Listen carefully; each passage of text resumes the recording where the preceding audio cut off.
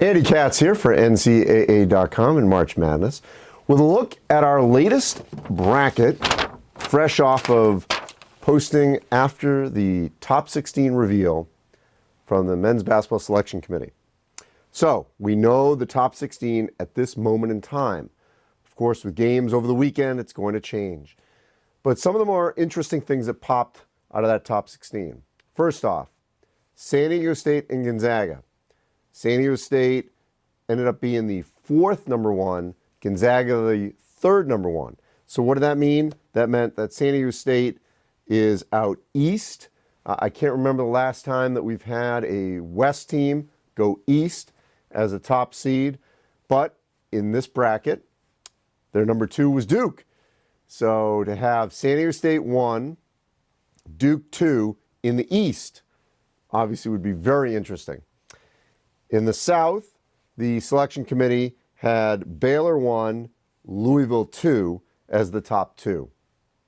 In the Midwest, they had Kansas and then Dayton, and then out west, Gonzaga and West Virginia. The 3s and 4s, in the South, the 3 was Seton Hall, the 4 was Auburn. In the East, the 3 was Maryland, fresh off their Friday night win over Illinois, and the 4 was Butler, which certainly is starting to play better basketball yet again after that buzzer beater to knock off Villanova. The 3 seed in the Midwest, Florida State, dropping from that 2 to a 3 in our bracket that we had last week. And the 4 seed, Michigan State in the Midwest. So you have the potential for a Kansas-Michigan State matchup, maybe, in Indianapolis. And out west, you've got a 3 seed of Villanova and a 4 seed of Oregon. Very interesting the way they put that all together in that top 16. So then what we did is we took the rest of the field, essentially numbers 17 through 68, to build the rest of our bracket. A couple interesting nuggets here.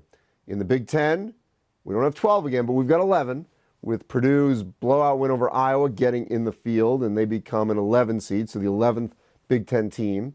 ACC, only 4.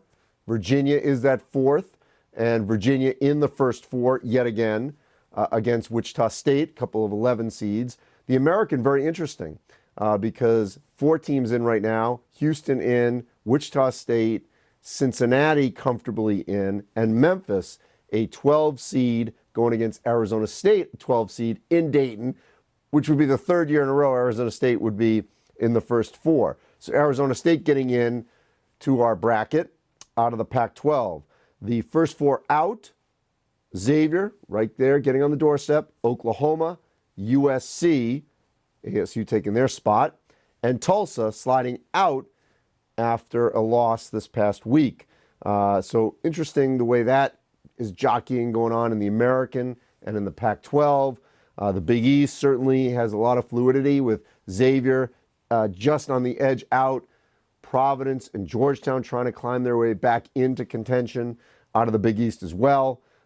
Oklahoma in the Big 12 trying to get on the other side of the bubble as well. And then Minnesota out of the Big 10. Can they make it an even dozen in the Big 10? That's also something to certainly keep your eye out for over the next couple of weeks.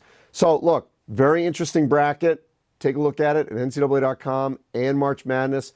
We took the 16 from the Men's Basketball Selection Committee, where, by the way, they only had 2 Big 10 teams, Maryland and Michigan State, yet there could be 11 or 12 in the entire field. So it's going to be probably a big cluster of those teams in seeds, let's say probably 5 to 11.